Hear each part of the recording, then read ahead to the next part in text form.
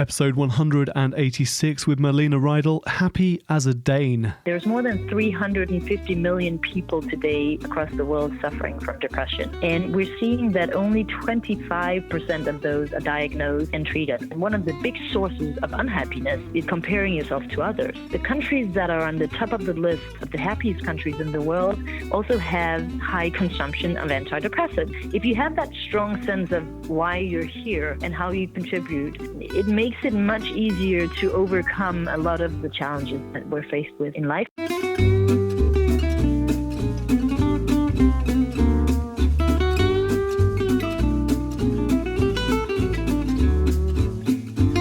From Sundial House Studios in Cranley, welcome to Informed Choice Radio. This is the podcast all about achieving your financial goals in life. Here's your host, Martin Bamford. What makes people from Denmark some of the happiest in the world? My guest on the podcast today is Malene Rydahl, author of the international bestseller Happy as a Dane. For decades, Denmark has ranked at the top of the world's happiness surveys. How is it that these 5.6 million Danes are so content when they live in a country that is dark and cold 9 months of the year and where income taxes are at almost 60%? In Happy as a Dane, 10 Secrets of the Happiest People in the World, Malene shares anecdotes and research and explores how the values of trust, education and a healthy work-life balance with purpose, to name just a few, contribute to a happy population. The book became a bestseller and was awarded the prize of the most optimistic book in 2014. It's been published in Japan, Korea, Taiwan, Russia, and is going to come out later this year in Spain, Germany, and the United States. In this episode of Informed Choice Radio, I speak to Malene about the factors that make the Danish lifestyle unique, their approach to work-life balance, how the laws of junta underline behaviour towards others, how gender equality contributes towards happiness, why so many Danish citizens are taking antidepressants, how we can find a sense of purpose in life, and much more. You can find the show notes, full transcripts, and useful links for this episode at icradio.co.uk. If you enjoy listening, please do let me know on Twitter at Martin Bamford. Please say a thank you also to Malene as well. You can find her on Twitter at Malene Rydahl. That's MALENE Rydahl. Welcome to Happy as a Dane with Malene Rydahl in episode 186 of Informed Choice Radio. Well, Malene, I'm very pleased to welcome you to the Informed Choice Radio podcast today. Could you start by talking to us about the factors that make the Danish lifestyle so unique? Well, I think that when you talk about, first of all, what's important to understand when we talk about these happiness lists in the world, and Denmark does come in as number one and has had these results since we started measuring. What we actually measure is well-being and satisfaction in life. And the pillars that explain the Danish model are quite strong, and they're attached to values such as trust in between citizens, how trustworthy a person you are yourself and how much trust you show in others, how much you trust institutions and in society in general. It's about the freedom really to choose your life, the freedom to be you.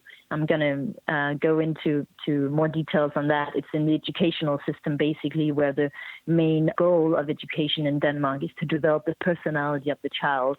And then it's a greater sense of individual responsibility of a common project of, for instance, in this case in Denmark, the welfare state. We can then talk about other things that you have in Denmark, such as I think that there's a good balance of work-life balance so that you can actually build a family life and a private life that has balance with what you do as well. And there's something particular in Denmark that I especially noticed when I moved away, is that there's a certain sense of realistic expectations to life.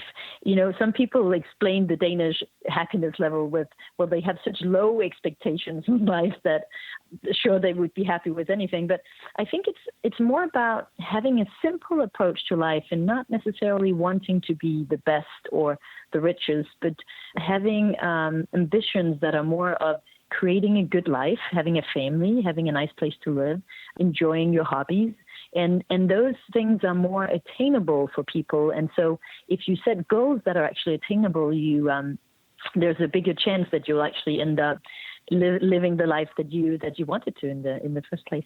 Well, I'd love to dive in a bit to some of those factors. And can we start with work-life balance? You mentioned how important that is to a contribution to happiness. What is the Danish approach to work-life balance? What does a typical week look like?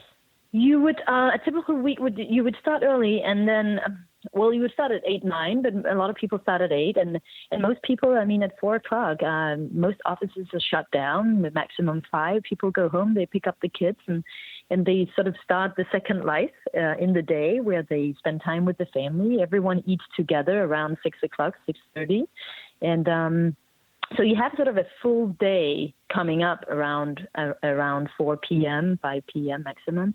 So people don't work that long hours, so you have more of a balance. And you have in Denmark 25% of people being able to actually decide on their own work hours, and 18% of Danes do work from home. They can work from home several times a week, so you can better make that equation work.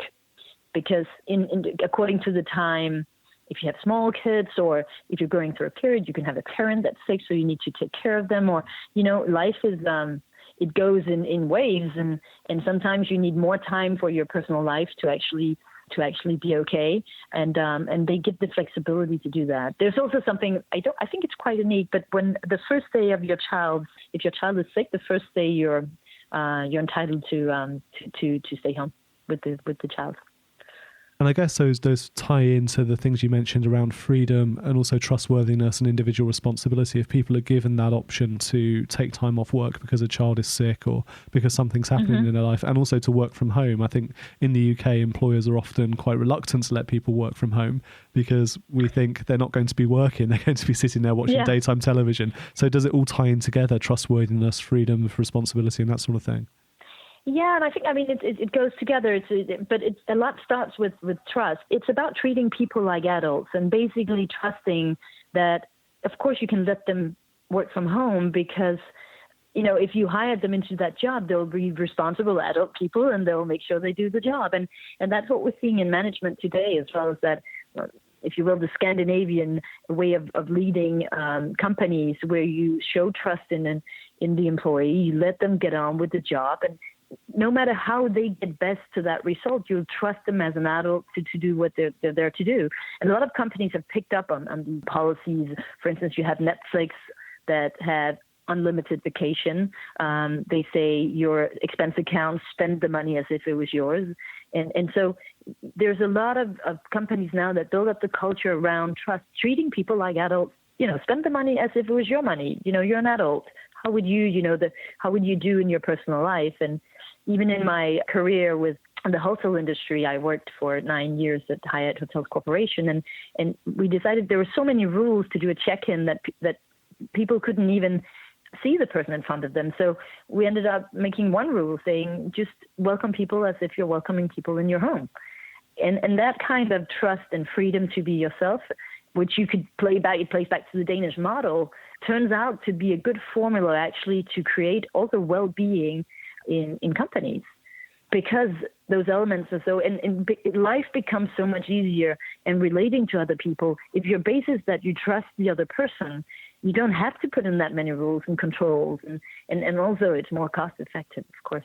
And you mentioned there about the Danish model. Something else I understand is fundamental to the Danish model, but also across Nordic countries, is the laws of, and I apologize here for my pronunciation, laws of Junts or Junte. How does that underline behavior towards other people? It's a profound attitude in life that you're not superior to anybody else.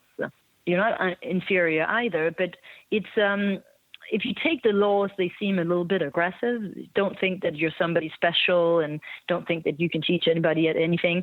But if you think about what he's trying to say, is basically don't think that you're superior to anybody else. He's not saying you should think you're inferior either, but I think it's a good culture of being modest, of not bragging too much about your successes. And if you look at happiness, and one of the big sources of unhappiness, it's comparing yourself to others.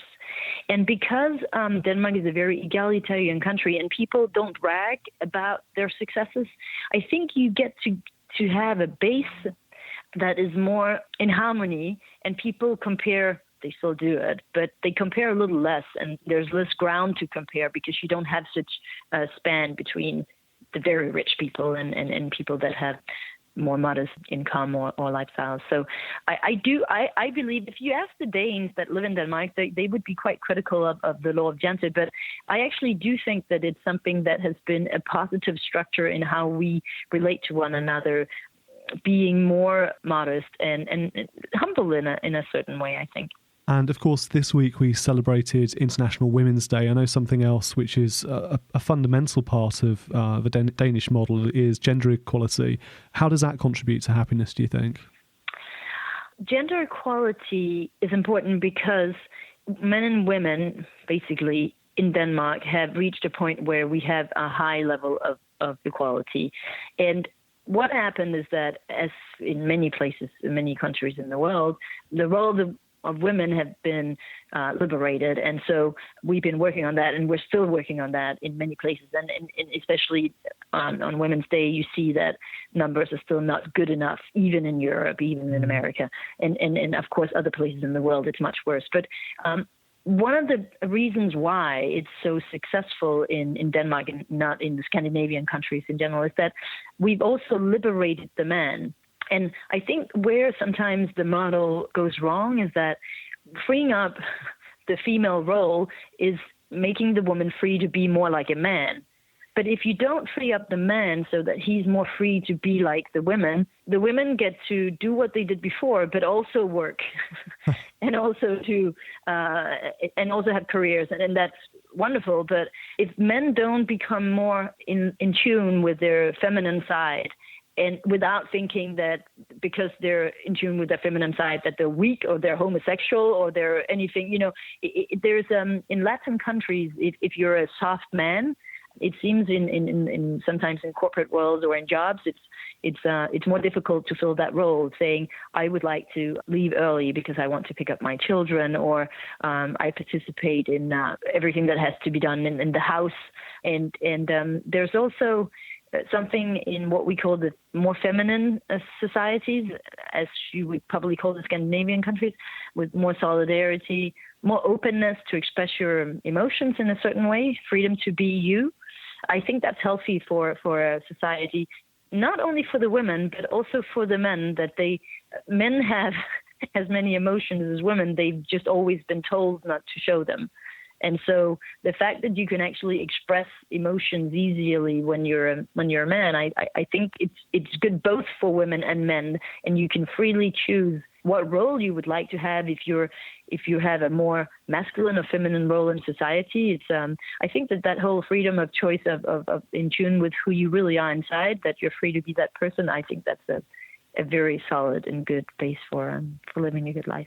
One of the criticisms we often hear when we hear about Denmark being at the top of the happiness surveys, United Nations, etc., is that also Danish citizens reportedly have the highest consumption of antidepressants in the world.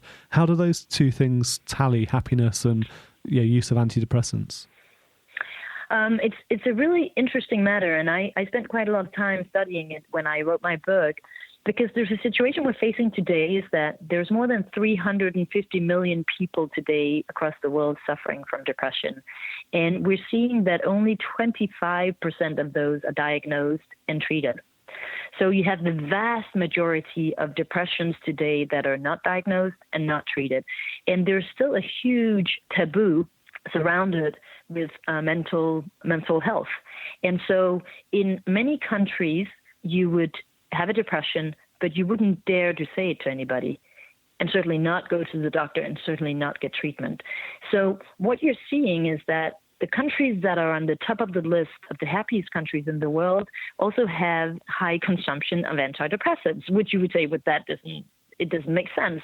But it's actually because you would probably have in countries like Denmark, instead of 25% of people being diagnosed and treated, you would probably have 80%. So you have more people being free to say, I'm going through a divorce, or I lost a parent, or I'm going through a tough period for whatever reason, I've been sick, I'm not well, I get treated, I get help, and I get out of that period. And so you don't have, it's not stigmatized in society. So you can freely say, I'm not doing well right now. I'm suffering from depression, and you go and get treatment. And in many cultures, you're not allowed to say that. And so you simply don't get the medication. So when you look at of those lists and of the consumption, it doesn't necessarily, you could then discuss, do the Danes to easily give out medication for people that are going through a bad period, and they should just get some more sleep, and it's not necessarily an issue for treatment. But the fact is today that in most countries, most people don't get treatment and don't get diagnosed and don't get help. Whereas in Scandinavian countries, including Denmark, most people, and it's certainly not associated with a stigma that you can't talk about it. So that would also push up the numbers quite a lot. And there's second point to this is that when you talk about happiness and you say, oh, why do you have such high consumption of antidepressants? Maybe that's why you come out well on the list. Then I would say that I think to start the conversation, antidepressants don't make people happy. They neutralize them in a period where they can't get up. So somebody who takes an antidepressant wouldn't say, oh, I'm going to give it 10 in the study on my level of happiness. It just barely keeps them up from not falling. So I don't think it's going to explain why a country comes out at the top of the happiness list, but it certainly explains the fact that you open up. Denmark in the 70s and 80s had a fairly high level of suicidal rate. They then went into a huge campaign about opening up the conversation about mental health, about sufferings, and Denmark is way below it. They put down the numbers to a third of what they were, and they're way below the average OECD today. And it's a myth that Denmark, for instance, has high suicidal rates. They don't anymore.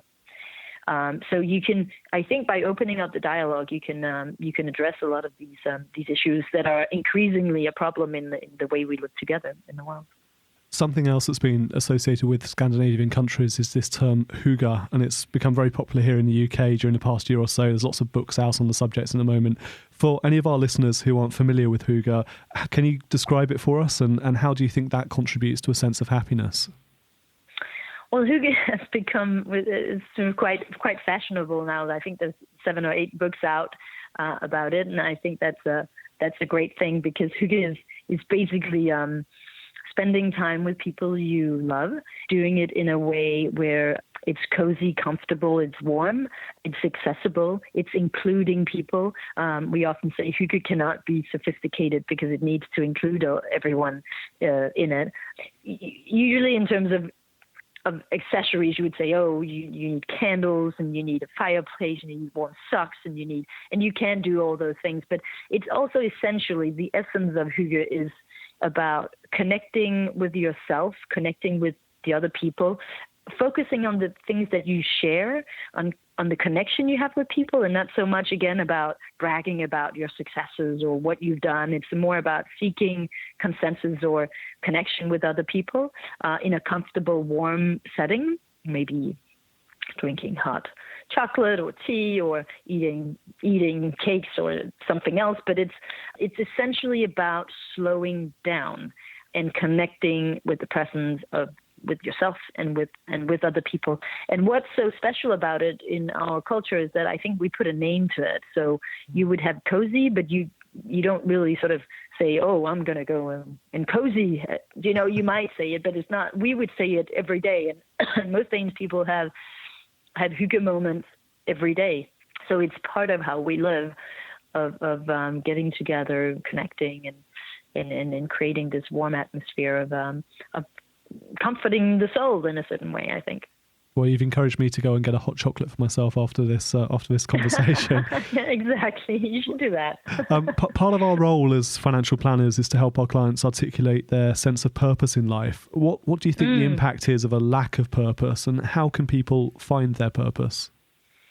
But I think essentially, if you don't know why you get up in the morning, it's quite difficult to keep going. We've seen that people that have a higher sense of purpose, or people that have meaning in life, they live better lives in a certain way, because one thing that's sure is that we're constantly faced with challenges in life.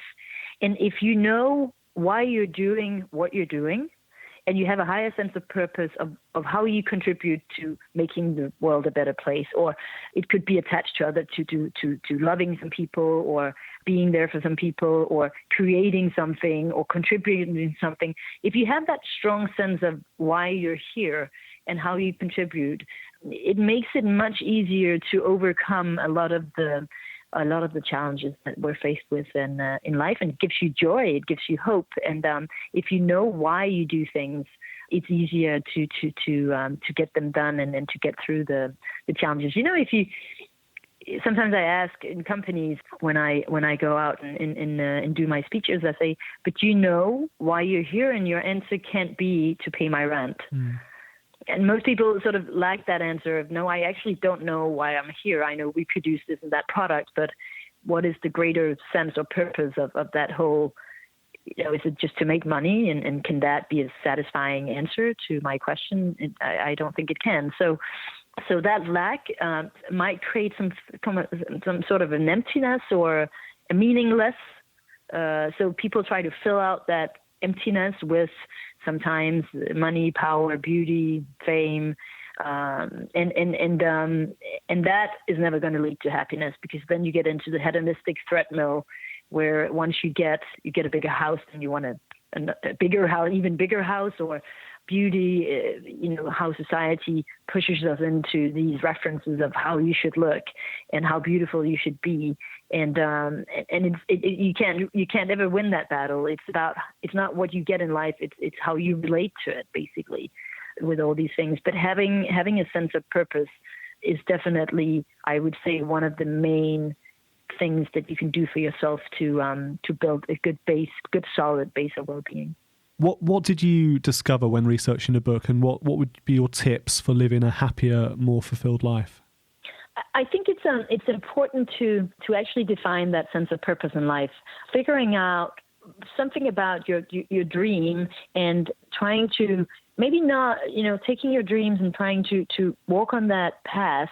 Maybe it's going to be, I call that the road the less traveled, but finding your own path in life and following those dreams and finding a purpose in life that gives meaning for you, so that you know why you get up in the morning, and you have that sense of, it's a sense of meaningfulness in reality. And for me, it's also a sense of how I contribute to the common project of living in a better world. What is my contribution, and how do I do that in an active way? It's about actively incarnating the values that we believe in. So when you say, oh, I would like to live in a trustworthy world, or I would like to see more freedom to be yourself in society, well, it's about choosing these values, but actually also incarnating them. So be a trustworthy person yourself.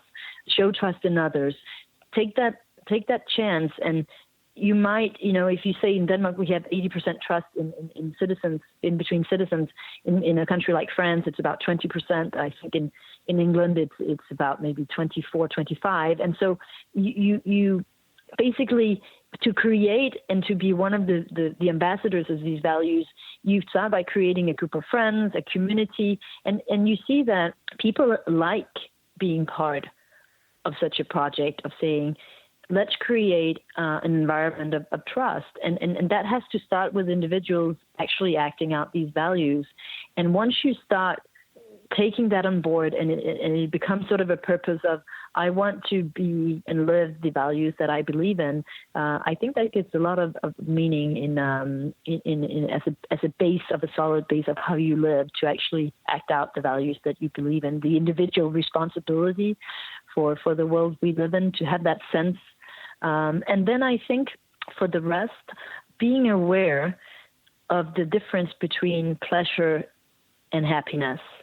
So there's a lot of sources of pleasure that we seek. For some people, it become the quest of a life. To again, and I go back to these attractive, subjects of beauty, money, power, fame, being recognized, and getting more money, getting more power, being more beautiful. That certainly those can be sources of pleasure for some people, but you can't build a base of well-being and happiness on those. So being able to see the difference of what is the source of a moment of pleasure, and what is it you build and construct your life on, including the most important thing, which would be for me, the quality of your relationships. So how you build your relationships around you and you invest in them. It's the essence of the whole thing for me is love. And so, but in all the, not the one big love that most people refer to, where you say you have to find the one and only, but I actually think of love in a much broader perspective, that in all the shapes and forms, the way you relate to people, even people you don't know, but also the close relationships that you build in life. I think that's a recent study from Harvard University has also shown that the one main factor that matters in people's in terms of happiness is the quality of your relationships, and I agree with that. Malene, thank you so much for your time today. Before I go off and get myself my hot chocolate, could you tell our listeners where can they find out more about you online, and most importantly, where can they buy a copy of your book? Well, you can go on my website, which is www.Malene Rydahl, that's MaleneRydahl.com.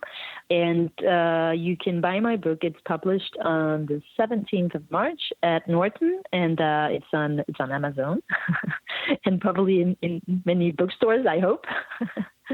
And there's a few videos.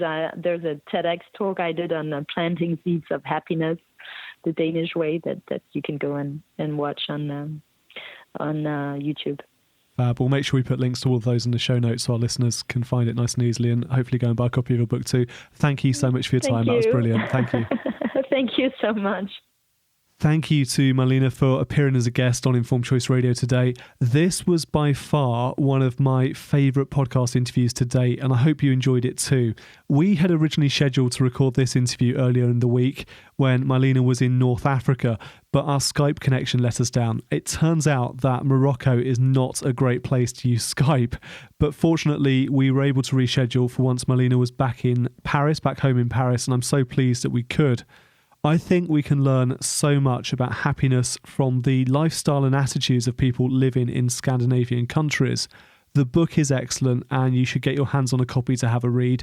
Do also check out Malene's TEDx talk, and links to her book and her talk are in the show notes at icradio.co.uk. What was your favourite part of that conversation? Let me know on Twitter at Martin Bamford, or in the comments section in the show notes for this episode at icradio.co.uk. That's also where you can find useful links and the full transcript for this episode. Please also say a quick thank you to Malene on Twitter, where you can find her at Malene Rydahl. That's MaleneRydahl. I would also love your review of Informed Choice Radio on iTunes. Visit icradio.co.uk/iTunes. That'll take you straight to our page where you can leave your rating and review, preferably 5-star, please. Ratings push us higher up the iTunes charts. It helps us to reach more new listeners, and the more new listeners we get, the more time we can devote to this podcast, finding excellent guests like Malene and creating new episodes for you. So it is a win-win situation. Thank you for listening to this episode, and thank you so much for your continued support of this podcast. Until next time, I'm Martin Bamford, and this is Informed Choice Radio. And remember, when it comes to your money, the more you know, the faster it can grow.